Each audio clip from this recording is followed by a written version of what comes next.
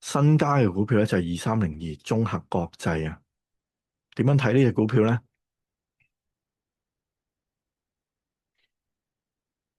但係見咗呢度突然之間 volume 好多啊，係嘛？跌嘅 volume 係少嘅，係嘛？跟住升嘅 volume 好多嘅，我會點樣睇咧？嗱，誒，點講咧？呢個其中一個睇法咁樣啦 c o f f e 度。另外第二個咧其實就係呢度啦。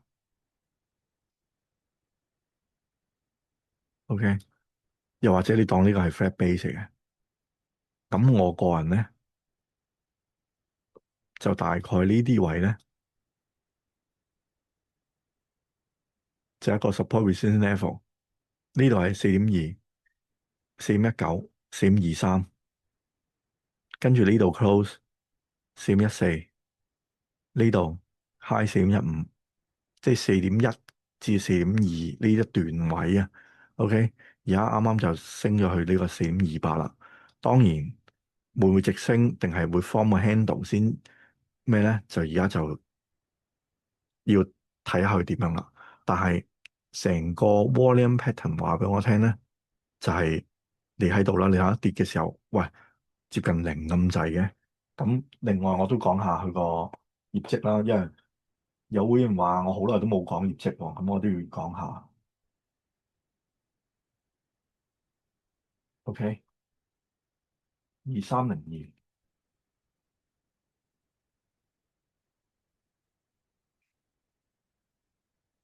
OK，嗱，最近咧就2025年6月30號，佢個 earning per share growth 咧由扭虧為盈啊，就EPS 增長係234%，個 sales growth 咧誇張喎，9000% sales growth 啊。OK，咁講完啦呢個，所以你見到點解會突然之間急樣咧？點解突然之間會多咗？可能之前呢度都有嘅，我睇下呢度先。呢一度講緊7月嘅，其實7月嗰陣時都有嘅，但係嗰陣時真係可能係我唔知係咪 volume 咩，所以冇坑到。結果就算得嘅話，都捱咗呢度啦，係咪？一段都冇一個嘅時候，而家就第二季，即係我都要重新講多次先，費事大家誤會或者 get 唔到啊。其實再對上一次咧，就係2024年10月30號，佢公布業績咧就係 earning per share growth 係107%，sales growth 咧就係正263%，即係連續2個半年都係 triple digit growth 嘅。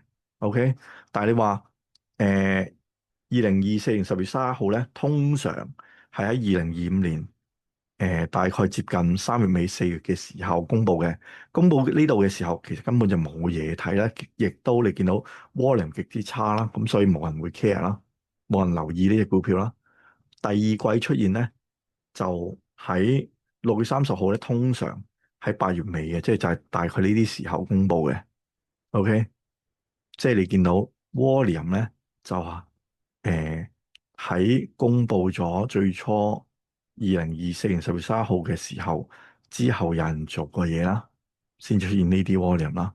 咁去到呢度就係公布第二次嘅業績嘅時候，咁而家就開始仲再有少少啦。咁你見到就係業績同埋volume 都一齊出現啦。咁但係冇人知之後點啊。另外我都要講呢隻股票好似有啲感覺上都有啲 fluctuate，譬如一個禮拜升10% 啦。OK，有少 fluctuate 啦，因為我唔知係咪因為佢有啲 volume 太細咧。嗱，呢啲 volume 200萬至300萬啦，乘以4，即係一個禮拜先1000幾萬，可能其實個一日嘅成交其實唔算多嘅。如果當1000-2000萬咧，一日可能得200萬嘅，明唔明啊？咁我都順便睇下啦。